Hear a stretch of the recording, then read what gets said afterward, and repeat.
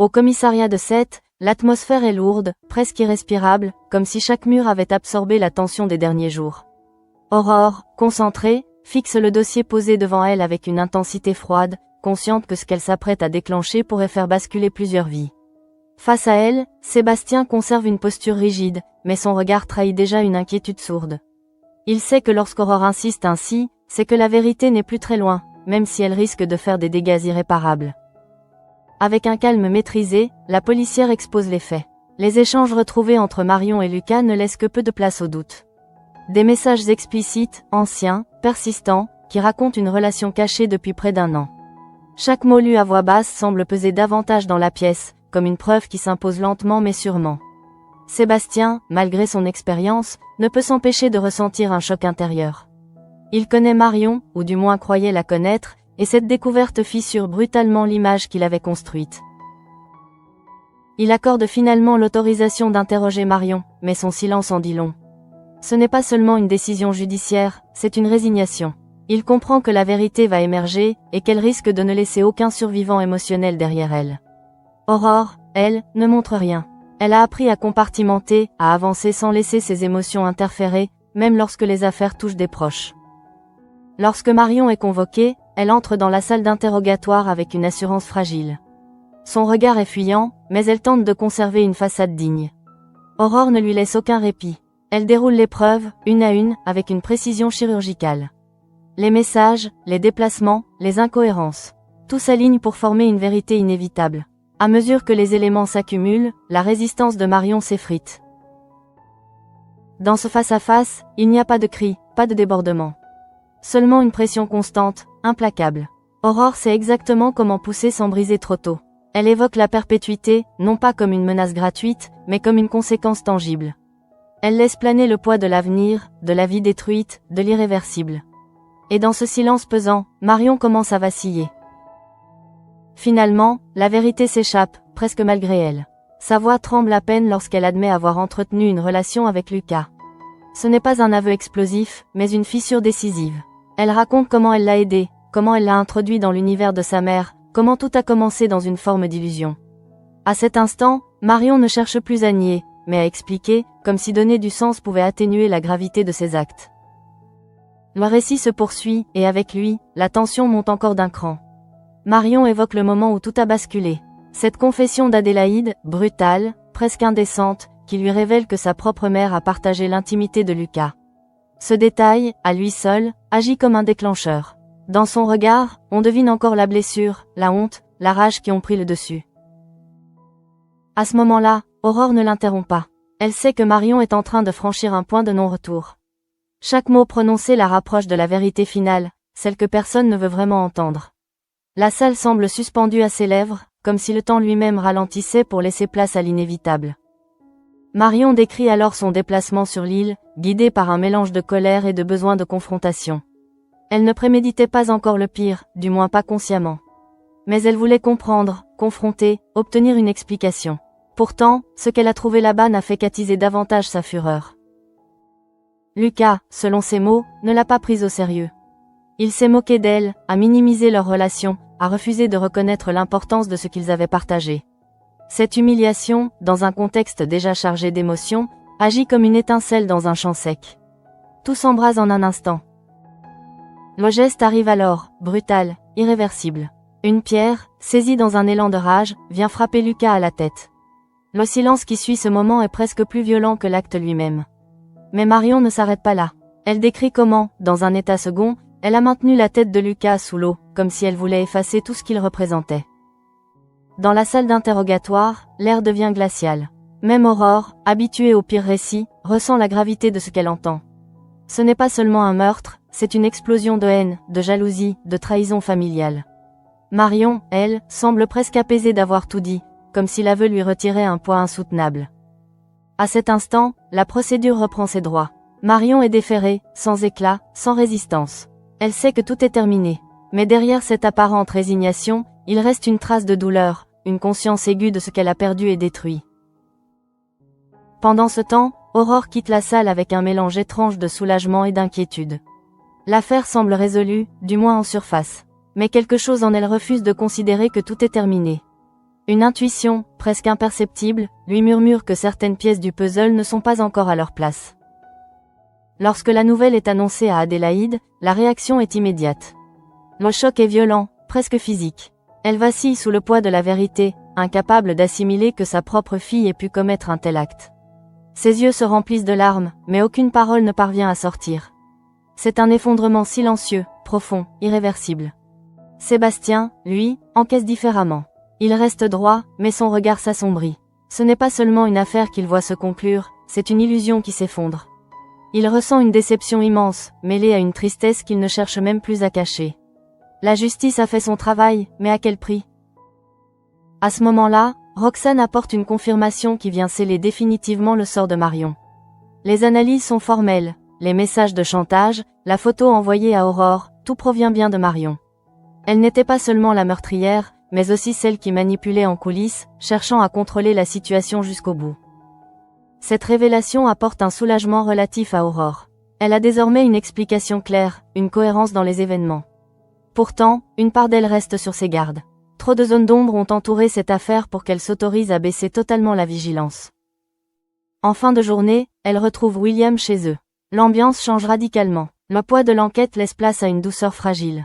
Ils partagent un moment simple, un apéro, une pause dans le chaos. Aurore laisse enfin tomber le masque professionnel, retrouvant une forme d'équilibre auprès de celui qui la comprend le mieux. Mais ce calme est de courte durée.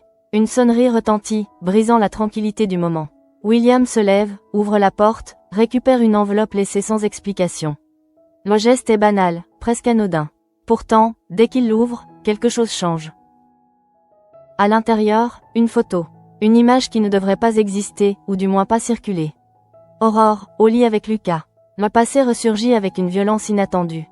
Ce qui semblait clos vient de se rouvrir brutalement. Dans le silence qui suit, tout bascule à nouveau. Parce que si Marion était la seule coupable, cette photo n'aurait jamais dû apparaître. Et soudain, une question s'impose, glaçante, qui tire encore les ficelles dans l'ombre? Dans l'appartement des Roussel, l'ambiance tranche radicalement avec la tension qui règne ailleurs à 7. Une forme d'excitation légère flotte dans l'air, presque enfantine. Audrey et Damien s'apprêtent à partir en vacances, laissant derrière eux un espace vide qui, pour leurs enfants, représente une liberté inattendue. Ce départ n'est pas seulement une pause pour le couple, c'est aussi une transition, un moment où les équilibres familiaux se redessinent. Audrey, fidèle à elle-même, s'assure que tout est en ordre avant de partir. Elle vérifie les consignes, rappelle les règles, tente de maintenir une forme d'autorité malgré la distance qui s'annonce. Pourtant, au fond d'elle, elle sait que ses enfants profiteront de cette absence pour vivre à leur manière. Ce mélange de confiance et d'inquiétude lui serre le cœur, mais elle choisit de lâcher prise, au moins pour quelques jours. Damien, plus détendu, observe la scène avec un sourire amusé. Il connaît l'énergie de cette famille, son imprévisibilité, mais il y voit aussi une vitalité qui le touche profondément. Pour lui, ces vacances sont une opportunité de se rapprocher encore d'Audrey, de consolider ce lien qui s'est construit progressivement, malgré les épreuves et les différences. Une fois les valises prêtes et les derniers au revoir échangés, la porte se referme derrière eux, laissant l'appartement aux mains de Jack et Lizzie. À peine seuls, les deux adolescents se regardent avec une lueur complice, rapidement remplacée par une tension familière. La liberté qu'ils viennent de gagner devient immédiatement un terrain de confrontation. La chambre parentale, symbole de confort et d'intimité, devient l'objet de leur rivalité. Lizzie, déterminée, affirme son droit à en profiter. Elle voit dans cette opportunité une manière de s'affirmer, de sortir de son rôle habituel, souvent éclipsé par les autres. Jack, quant à lui, refuse de céder. Pour lui, ce n'est pas seulement une question de lit ou d'espace, mais une affirmation de sa place au sein de la fratrie. Leur dispute, bien que légère en apparence, révèle des tensions plus profondes. Chacun cherche à exister, à prendre de la place dans un environnement où ils ont souvent dû s'adapter, partager, faire des compromis. Les mots s'échangent, parfois piquants, parfois ironiques, mais jamais totalement méchants. Derrière cette confrontation, il y a une affection sincère, une complicité indéniable. Finalement, aucun des deux ne cède vraiment. Ils oscillent entre confrontation et compromis, comme s'ils savaient instinctivement que leur relation ne pouvait se réduire à un simple conflit. La chambre devient un enjeu symbolique, mais leur lien reste intact, ancré dans une histoire commune faite de hauts et de bas. Un peu plus tard, la porte s'ouvre à nouveau. Jordan rentre, accompagné de Judith. Leur présence modifie immédiatement l'atmosphère. Jordan apporte avec lui une énergie plus posée, plus ancrée, tandis que Judith observe avec curiosité ce microcosme familial qu'elle connaît encore imparfaitement. Le regard de Judith se pose sur chaque détail, chaque interaction. Elle perçoit la dynamique des Roussel, leur manière de vivre ensemble, leurs tensions et leur complicité. Pour elle, cet environnement est à la fois fascinant et déstabilisant. Elle vient d'un autre univers, avec d'autres codes, et cette immersion lui permet de mesurer les différences. Jordan, lui, semble à l'aise. Il navigue entre les échanges, apaise les tensions, introduit une forme d'équilibre. Sa relation avec Judith, encore en construction, ajoute une dimension supplémentaire à sa présence. Il cherche à lui montrer une partie de sa vie, à partager ce qui le définit, même si cela implique d'exposer les imperfections de son quotidien. Pendant ce temps, au hall, une autre dynamique se met en place, plus sombre, plus insidieuse. Diane observe les allées et venues avec une attention particulière. Elle s'assure que Bastien et Violette ne comptent pas se rendre à la fête organisée à la Paillote. Derrière cette vérification, il y a une intention précise, presque calculée. Elle veut convaincre sa sœur, Esmé, de venir. Non pas simplement pour s'amuser, mais pour la sortir de son état actuel, pour provoquer un changement, une réaction. Diane agit avec une énergie déterminée, mais aussi avec une forme d'impatience. Elle ne supporte pas de voir Esmé enfermée dans ses émotions, dans ses doutes. Esmé, de son côté, hésite. Elle ressent une fatigue émotionnelle, une lassitude face aux conflits récents, notamment avec Bastien. L'idée de se rendre à une fête ne l'enthousiasme pas, elle craint même que cela ne ravive certaines tensions. Pourtant, face à l'insistance de Diane, elle finit par céder, comme si une part d'elle avait besoin de cette distraction. Dans un autre registre, Samuel prend une initiative qui pourrait sembler anodine, mais qui révèle beaucoup de choses. Il invite Swazik à le rejoindre à la Paillote. Cette invitation n'est pas neutre. Elle marque une volonté de rapprochement, une tentative de créer un moment partagé, loin des contraintes du quotidien. Swazik accepte, mais avec une certaine réserve. Elle connaît Samuel, ses fragilités, ses excès passés. Elle avance avec prudence, consciente que chaque pas peut avoir des conséquences. Pourtant, elle ne rejette pas cette opportunité. Peut-être parce qu'elle ressent elle aussi le besoin de s'évader, de lâcher prise. La soirée s'installe progressivement à la Paillote. Les premières arrivées donnent le ton. Diane et Esmé sont parmi les premières, accompagnées par cette énergie hésitante qui précède les moments imprévisibles. Le lieu, déjà animé, vibre d'une tension diffuse, comme si quelque chose était prêt à basculer. Lorsque Bastien apparaît, la dynamique change immédiatement. Sa présence agit comme un déclencheur pour Esmé. Elle hésite à partir, tiraillée entre le désir d'éviter le conflit et celui de ne pas fuir une fois de plus. Diane, Marceau et Ellie interviennent, la persuadent de rester. Ils minimisent la situation, tentent de créer une bulle où tout pourrait se résoudre naturellement. Mais sous cette apparente légèreté, d'autres éléments se mettent en place. Marceau, Diane et Ellie, à l'écart, s'adonnent à des pratiques moins innocentes. La drogue circule discrètement, presque banalement, comme si cela faisait partie du décor. Leurs gestes sont rapides, précis, habitués. Ils ne cherchent pas à se cacher totalement, mais suffisamment pour ne pas attirer l'attention. Diane observe ensuite sa sœur avec une intensité particulière. Elle la voit parler avec Bastien, mais sans oser franchir le pas, sans trouver les mots pour dépasser leur conflit. Cette hésitation l'agace, la frustre. Elle veut provoquer un mouvement, forcer les choses, quitte à prendre des décisions discutables. C'est dans cet état d'esprit qu'elle agit. Elle prépare des verres, y glisse discrètement de la drogue, avec une précision presque mécanique. Son intention est claire, désinhiber Esmé et Bastien, les pousser à dépasser leur blocage, à dire ce qu'ils n'osent pas exprimer. Elle se persuade que c'est pour leur bien, que ce geste aura des conséquences positives. Mais elle ne contrôle pas tout. Elle ne peut pas anticiper chaque détail, chaque variable. C'est là que réside la faille de son plan. Parce que les émotions humaines ne suivent pas des trajectoires prévisibles, et encore moins lorsqu'elles sont manipulées. Pendant ce temps, Esmé et Bastien, au lieu de se rapprocher, s'enfoncent dans une dispute. Les mots fusent, les reproches remontent à la surface, amplifiés par la tension accumulée. Ils ne boivent pas. Les verres restent là, abandonnés, témoins silencieux d'un plan qui commence déjà à échouer. L'un après l'autre, ils quittent la table, incapables de gérer ce face-à-face. Leur départ laisse un vide, une absence qui va tout changer. Parce que ces verres ne disparaissent pas. Ils restent là, chargés d'une intention qui n'a pas trouvé sa cible. C'est à ce moment précis que Samuel et Swazik arrivent à leur tour.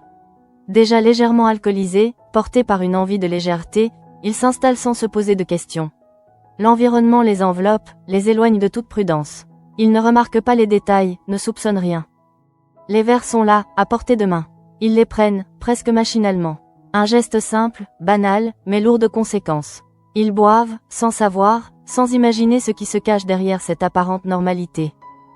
Et dans cet instant suspendu, tout bascule une nouvelle fois. Parce que ce qui devait être une manipulation ciblée devient un accident. Une erreur aux conséquences imprévisibles, prête à ouvrir une nouvelle série d'événements incontrôlables. À la paillote, la musique continue de vibrer comme si rien n'avait changé, comme si la nuit suivait son cours habituel. Pourtant, dans l'ombre de cette ambiance festive, quelque chose d'invisible commence déjà à se transformer. Samuel et Swazik, installés à la table laissée vacante, ne perçoivent pas encore le glissement qui vient de s'opérer. Ils rient, échangent quelques mots, profitent d'un moment de légèreté qui leur semblait nécessaire après les tensions accumulées ces derniers temps. Samuel, porté par une euphorie douce, observe Swazik avec une attention particulière. Il y a dans son regard une forme de reconnaissance, comme s'il redécouvrait une présence familière sous un jour nouveau. Swazik, de son côté, laisse tomber certaines barrières. Elle se permet de sourire plus librement, de se laisser aller à une spontanéité qu'elle avait mise de côté depuis longtemps. Mais progressivement, quelque chose change. Ce n'est pas immédiat, pas brutal, mais une sensation diffuse, difficile à identifier. Une chaleur inhabituelle, une perte légère de repères, une impression de flottement. Samuel fronce les sourcils, tente de se concentrer, mais ses pensées deviennent moins claires, plus fragmentées. Il met cela sur le compte de l'alcool, sans chercher plus loin. Swazik ressent la même chose, mais elle ne le verbalise pas. Elle préfère ignorer cette sensation étrange, continuer à profiter du moment. Pourtant, son regard devient plus flou, ses gestes légèrement désynchronisés. Elle rit plus fort, parle plus vite, comme si une énergie incontrôlable s'était emparée d'elle. Autour d'eux, la fête bat son plein. Les conversations se croisent, les corps se rapprochent, les lumières dansent. Diane, Marceau et Ellie continuent leur soirée, inconscients de l'ampleur des conséquences de leurs gestes. Pour eux, tout reste sous contrôle. Ils n'ont pas encore compris que la situation leur a échappé. Pendant ce temps, Esmé s'éloigne, encore secouée par sa dispute avec Bastien. Elle marche sans vraiment savoir où aller, guidée par une frustration qu'elle n'arrive pas à apaiser. Bastien, de son côté, s'isole également. Leur confrontation n'a rien résolu, elle n'a fait qu'accentuer les tensions, creuser davantage le fossé qui les sépare. Dans cet éclatement des trajectoires, la soirée se fragmente en une multitude de récits parallèles. Chacun évolue dans sa propre bulle, sans percevoir l'ensemble. Et au centre de tout cela, Samuel et Swazik commencent à perdre pied. Les effets de la drogue se font plus présents. Samuel ressent une montée d'euphorie incontrôlable, suivie d'une confusion grandissante. Il tente de se lever, mais ses gestes manquent de précision. Le sol semble instable, les sons se déforment. Il regarde autour de lui, cherche un point d'ancrage, mais rien ne lui paraît familier. Swazik, elle aussi, lutte contre cette sensation de perte de contrôle. Elle tente de se concentrer, de ralentir, mais son corps ne répond plus de la même manière. Ses pensées s'embrouillent, ses émotions deviennent plus intenses, plus imprévisibles. Elle ressent à la fois une excitation et une inquiétude diffuse, sans parvenir à les dissocier. À cet instant, leur proximité prend une dimension nouvelle. Les barrières tombent, non pas par choix, mais sous l'effet d'un état altéré. Ils se rapprochent, se parlent sans vraiment se comprendre, se regardent comme s'ils cherchaient une forme de repère dans ce chaos intérieur. Mais cette proximité est fragile, instable, dangereuse. Elle ne repose pas sur une décision consciente, mais sur une manipulation involontaire. Et dans cette confusion, chaque geste, chaque parole peut avoir des conséquences imprévisibles. Un peu plus loin, Diane remarque enfin quelque chose d'étrange. Elle observe Samuel et Swazik, perçoit leur comportement inhabituel. Une inquiétude traverse son regard, rapide, presque imperceptible. Elle comprend, en un éclair, ce qui a pu se produire. Mais au lieu de réagir immédiatement, elle hésite. Cette hésitation est lourde de sens. Elle révèle une part d'elle-même qu'elle ne veut pas affronter. Elle sait qu'elle est responsable, même indirectement. Elle sait que son geste a dépassé son intention initiale. Pourtant, elle choisit de rester en retrait, de ne pas intervenir tout de suite, comme si elle espérait que la situation se résoudrait d'elle-même. Pendant ce temps, la confusion de Samuel s'intensifie. Il tente de parler, mais ses mots se mélangent. Il ne parvient plus à structurer ses pensées. Son regard se pose sur Swazik, comme une encre fragile dans une mer agitée. Il s'accroche à sa présence, sans comprendre pourquoi. Swazik, de son côté, ressent une perte de contrôle de plus en plus marquée. Elle tente de garder une certaine lucidité, mais ses perceptions sont altérées. Les visages autour d'elle semblent flous, les voix lointaines. Elle se sent à la fois proche et distante de tout ce qui l'entoure. Dans cet état, ils deviennent vulnérables. Leur capacité à juger, à décider, à se protéger est réduite. Et cette vulnérabilité, personne ne la prend réellement en charge. Chacun est absorbé par sa propre soirée, par ses propres émotions, par ses propres préoccupations. La nuit avance, et avec elle, les conséquences de cet enchaînement d'événements commencent à se dessiner. Ce qui n'était qu'un geste impulsif, presque anodin dans l'esprit de Diane, se transforme en une situation potentiellement grave. Une erreur qui pourrait laisser des traces bien au-delà de cette soirée. À l'extérieur, l'air est plus frais, plus calme. Mais même là, la tension persiste. Esme, seule, tente de reprendre le contrôle de ses émotions. Elle repense à Bastien, à leurs mots échangés, à ce qu'ils n'ont pas réussi à dire. Elle ressent un mélange de colère et de tristesse, incapable de trancher entre les deux. Bastien, lui aussi, est pris dans ses pensées. Il marche, sans direction précise, cherchant à apaiser une frustration qu'il ne comprend pas totalement. Leur histoire semble suspendue, incapable d'avancer, incapable de se terminer. Et pendant que chacun lutte avec ses propres démons, Samuel et Swazik continuent de dériver. Leur état s'aggrave lentement, sans qu'aucune intervention ne vienne interrompre ce processus. Ils sont seuls, au milieu de la foule, perdus dans une réalité altérée. Ce contraste est frappant. La fête, la musique, les rires. Tout continue comme si de rien n'était. Mais derrière cette façade, une situation inquiétante se développe, prête à exploser à tout moment. Diane finit par détourner le regard. Elle ne veut pas voir. Elle ne veut pas assumer. Ce refus, aussi bref soit-il, marque un tournant. Parce qu'à cet instant précis, elle choisit de ne pas agir, de laisser les choses suivre leur cours. Et dans ce choix, il y a déjà la promesse d'un lendemain difficile. Car lorsque la nuit se terminera, lorsque les effets s'estomperont, il faudra affronter la réalité. Comprendre ce qui s'est passé, assumer les conséquences, réparer ce qui peut encore l'être. Mais pour l'instant, la nuit continue. Et avec elle, le sentiment que quelque chose d'irréversible est en train de se produire, lentement, silencieusement, à l'abri des regards. Au petit matin, la lumière pâle du jour vient s'infiltrer dans les rues encore silencieuses de Sète, comme si la ville tentait de reprendre son souffle après une nuit chargée d'excès et de non-dits. Pourtant, pour Samuel et Swazik, le réveil n'a rien d'apaisant. Il est brutal, désorientant, presque violent dans la manière dont il les ramène à une réalité qu'ils ne reconnaissent pas immédiatement. Samuel ouvre les yeux avec difficulté, le crâne lourd, les pensées encore embrouillées. Il lui faut plusieurs secondes pour comprendre où il se trouve, pour relier les fragments de la nuit précédente. Autour de lui, tout semble étrangement flou, comme si son esprit refusait encore de s'ancrer complètement dans le présent. Une sensation de malaise s'installe, sourde, persistante. Swazik, elle aussi, émerge lentement de cet état confus. Son regard se pose sur l'environnement qui l'entoure, cherchant des repères, des certitudes. Mais plus elle observe, plus un sentiment d'inconfort grandit en elle. Quelque chose ne va pas. Elle le sent, sans pouvoir encore l'expliquer. Une tension diffuse envahit son corps, comme une alerte intérieure qui ne demande qu'à être comprise. Le silence entre eux est lourd, chargé de questions non formulées. Aucun des deux n'ose briser cette fragile suspension, de peur de faire surgir une vérité qu'ils ne sont peut-être pas prêts à affronter. Pourtant, les indices sont là, dispersés, insistants. Des souvenirs incomplets, des sensations incohérentes, une impression d'avoir perdu le contrôle. Samuel tente de se concentrer, de reconstituer le fil des événements. Il se souvient de la paillote, des rires, des verres partagés, puis plus rien de clair. Un vide, un trou dans sa mémoire qui le déstabilise profondément. Il n'a jamais aimé cette sensation d'impuissance, ce sentiment d'avoir été spectateur de sa propre nuit. Swazik ressent la même frustration. Elle fouille dans ses souvenirs, cherche des images, des mots, mais tout lui échappe. Cette absence de continuité la perturbe davantage que n'importe quel souvenir désagréable. Parce qu'elle ne sait pas ce qui s'est passé, et que cette ignorance ouvre la porte à toutes les hypothèses. Peu à peu, la prise de conscience s'impose. Ce qu'ils ont vécu n'est pas normal. Leur état, leur perte de mémoire, leur confusion. Tout converge vers une explication inquiétante. Ils n'ont pas simplement bu. Ils ont été exposés à quelque chose d'autre, quelque chose qui a altéré leur perception et leur comportement. Cette réalisation agit comme un électrochoc. Le malaise devient plus concret, plus ancré. Il ne s'agit plus d'une simple gueule de bois, mais d'une possible manipulation. Et cette idée, à elle seule, suffit à faire naître une inquiétude profonde.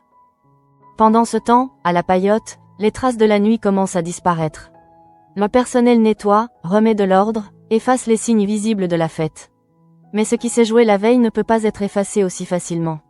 Les conséquences, elles, restent invisibles mais bien réelles. Diane, de son côté, n'a pas trouvé le sommeil. Elle repense à son geste, à cette décision prise dans un moment d'impulsivité. Elle revoit les verres, la drogue, le moment où elle les a laissés sur la table. Et surtout, elle revoit Samuel et Swazik les boire sans méfiance.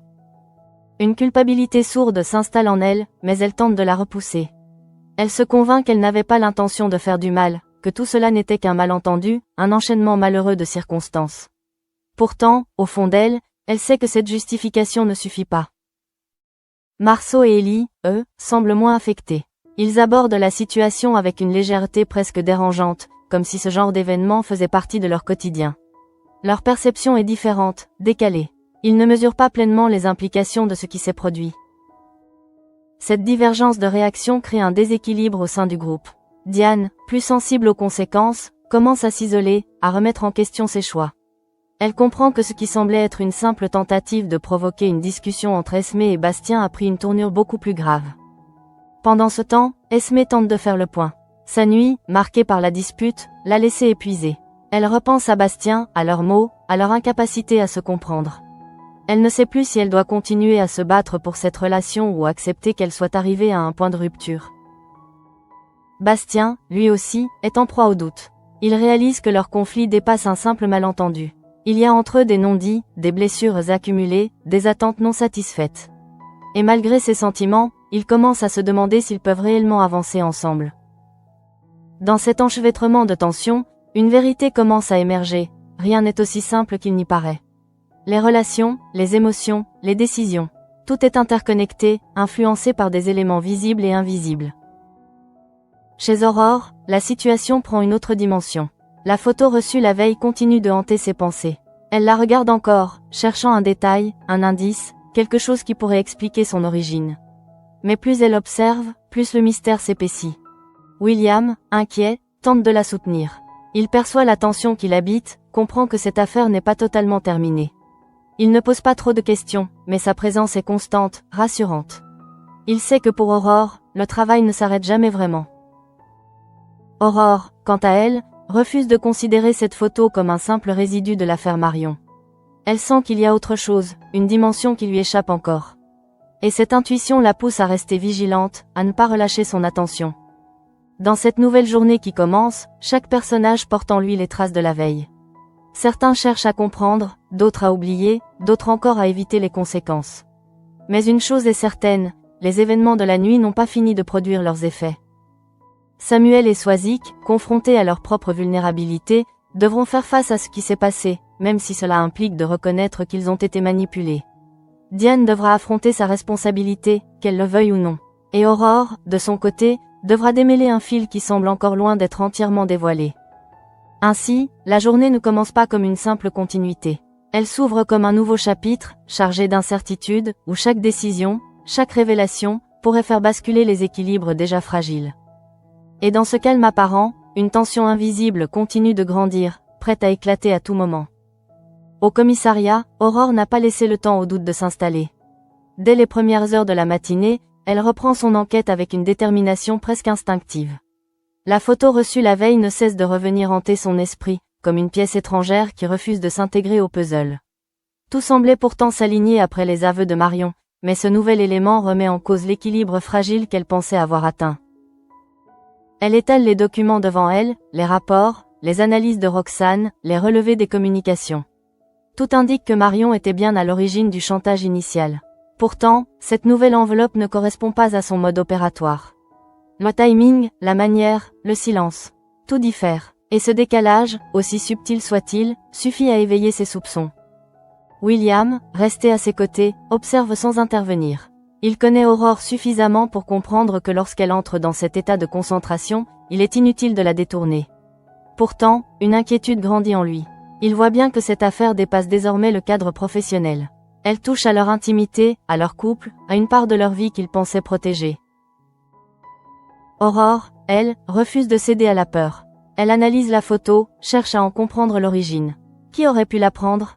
Qui aurait intérêt à la faire circuler maintenant? Chaque question en entraîne une autre, dessinant peu à peu les contours d'un réseau invisible, d'une menace qui ne s'est pas encore révélée entièrement. Pendant ce temps, Samuel tente de retrouver un semblant de normalité. Il se rend à l'hôpital, mais son esprit reste ailleurs. Les souvenirs fragmentés de la nuit précédente continuent de le perturber. Il ressent une onde diffuse, sans savoir précisément pourquoi. Cette perte de contrôle l'atteint plus profondément qu'il ne veut l'admettre. Swazik, de son côté, fait face à la situation avec une lucidité plus dure. Elle ne cherche pas à minimiser ce qui s'est passé. Elle sait que quelque chose d'anormal s'est produit, et elle refuse de l'ignorer. Pourtant, elle hésite sur la marche à suivre. Doit-elle en parler? À qui? Et surtout, comment mettre des mots sur une expérience qu'elle ne comprend pas entièrement? Leur rencontre, en début de journée, est marquée par cette tension silencieuse. Ils échangent quelques mots, tentent de reconstruire ensemble les fragments de la nuit. Mais chaque tentative se heurte à des zones d'ombre. Ils avancent à tâtons, comme deux personnes cherchant à reconstituer un souvenir qui leur échappe. Ce manque de certitude les fragilise. Parce qu'il ne s'agit pas seulement de comprendre ce qui s'est passé, mais aussi d'accepter qu'ils n'étaient plus maîtres d'eux-mêmes. Et cette idée, pour chacun d'eux, est difficile à intégrer. À la paillote, les échos de la soirée commencent à circuler. Certains se souviennent vaguement de comportements inhabituels, de moments flous, de réactions excessives. Rien de précis, rien de concret, mais suffisamment pour créer une rumeur diffuse. Une impression que quelque chose n'était pas normal. Diane entend ces murmures et ressent une pression grandissante. Chaque mot, chaque regard semble pointer vers elle, même si personne ne connaît encore la vérité.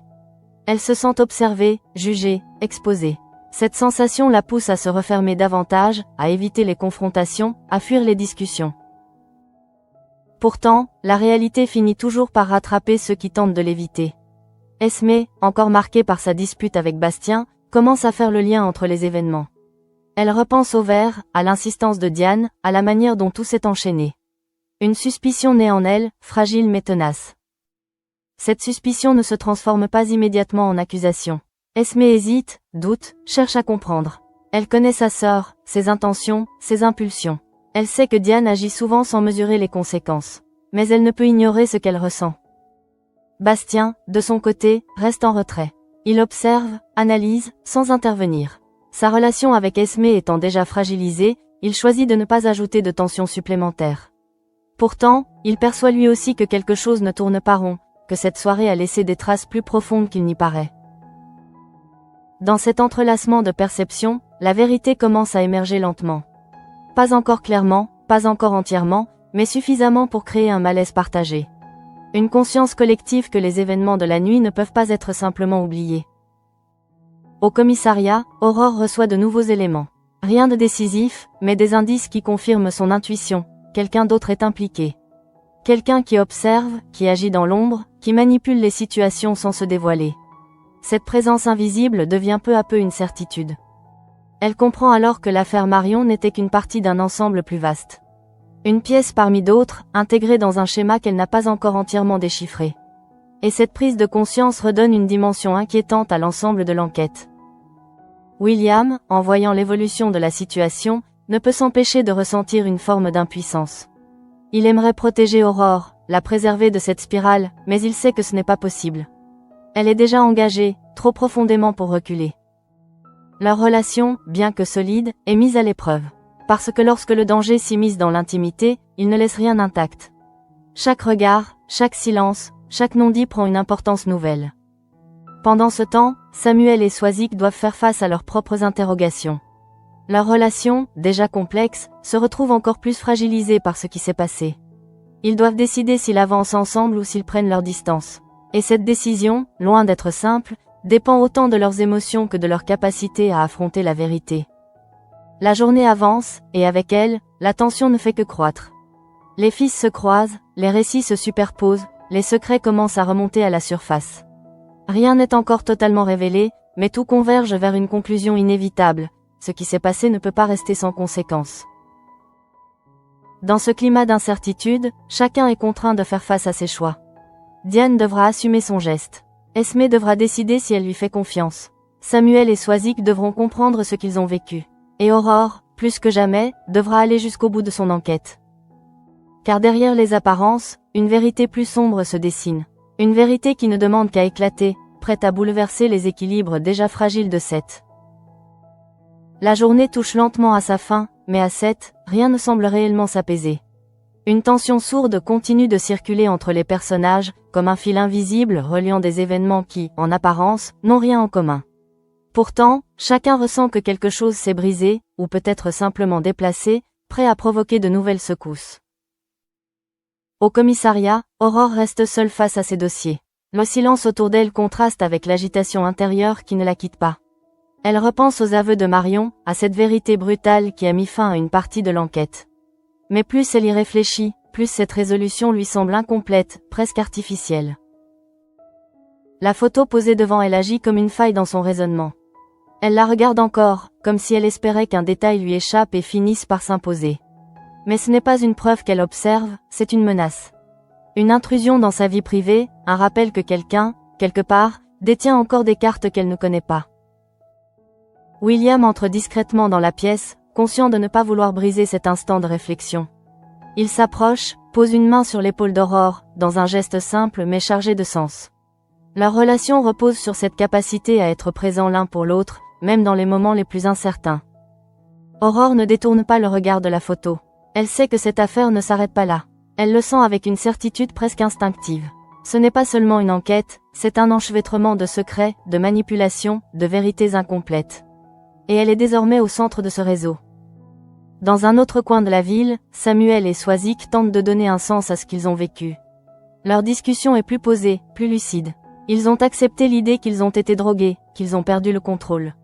Mais cette acceptation ne suffit pas à apaiser le malaise. Samuel ressent une colère froide, dirigée contre une situation qu'il n'a pas choisie.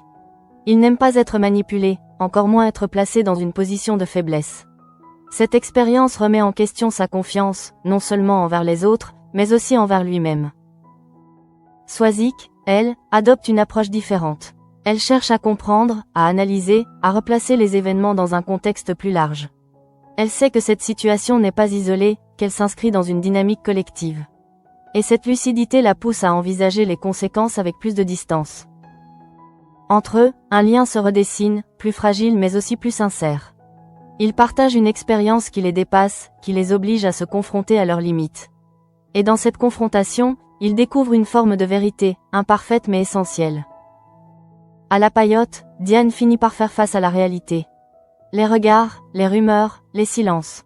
Tout converge vers elle. Elle ne peut plus se cacher derrière des excuses ou des justifications.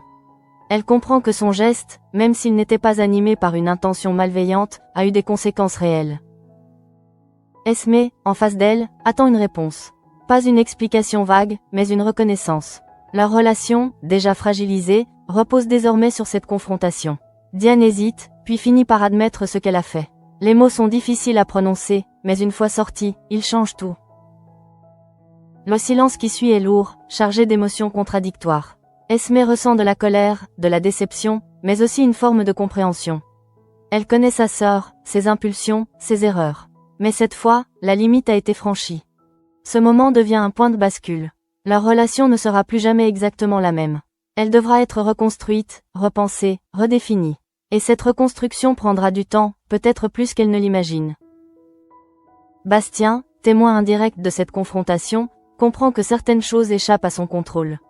Sa relation avec Esmé ne dépend pas seulement de leurs sentiments, mais aussi des influences extérieures, des décisions des autres.